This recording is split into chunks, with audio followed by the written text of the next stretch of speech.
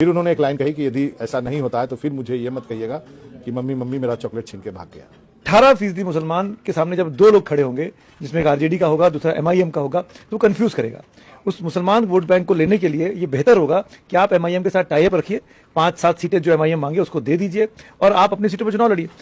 ये जो डिवीजन होने वाला है मुस्लिम वोट बैंक का, ये तो आप ही का नुकसान करने वाला है ना। मुस्लिम वोट बैंक तो वैसे भी एनडीए के खाते में नहीं जा रहा था, अगर वो डिवीजन हो गया तो आपको डेंट करेगा, वहां को तीसरा आदमी को फायदा पहुंच जाएगा। 2 बिल्लियों की लड़ाई में बंदर का फायदा, जो पुरानी कहावत है।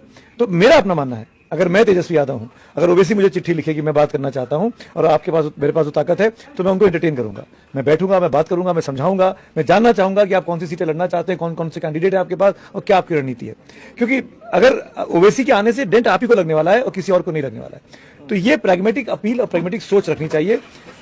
ये बात बिल्कुल ठीक है, क्योंकि ये तेजस्वी जानते हैं और महागठबंधन के लोग, इंडिया ब्लॉक के लोग जानते हैं वहां पे कि अगर विधानसभा में हंग हुई तो ओवैसी के पास अगर कुछ विधायक हुए तो वो हमारे साथ ही आएंगे, वो बीजेपी के साथ नहीं जा सकते हैं। इसका वो फायदा उठाना चाहते हैं, उनकी ओवैसी की इस कमजोरी का कि अगर वो बीजेपी के साथ जुड़ गए तो उनकी राजनीति खत्म हो जाएगी। जो उनको बी टीम कहते थे वो ए टीम में कन्वर्ट हो जाएंगे, तो वो कहीं जाएंगे नहीं। इस कमजोरी का फायदा तेजस्वी उठाना चाहते हैं, ये ओवैसी भी समझ रहे हैं। इसीलिए ओवैसी ने कहा कि मैं पहले आपको बोल दे रहा हूं, फिर आप मम्मी मम्मी मत करना कि मेरी चॉकलेट लेके भाग गया, जो बाबा के साथ उन्होंने कहा। तो भाई आप ओवैसी को चुनाव लड़ने से कैसे रोक सकते हैं? अब तो वो 5-6 विधायकों की जीती हुई सीटों पे उनका क्लेम बनता है ना।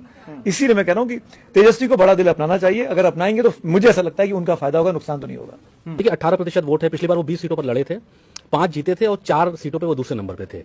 वो यूपीए गठबंधन बहुत पीछे था उसमें, और बाकी जगहों पर भी उनको अच्छे वोट मिले थे। देखिए लालू यादव पर एक इल्जाम भी है। देखिए लालू यादव माई को रिप्रेजेंट करते हैं, उसमें जिसमें 14% यादव है और 18% मुस्लिम है, 32% वोट होता है। लेकिन सवाल यह है कि लालू यादव की पार्टी में मुस्लिम रिप्रेजेंटेशन जो है वो बहुत कम है।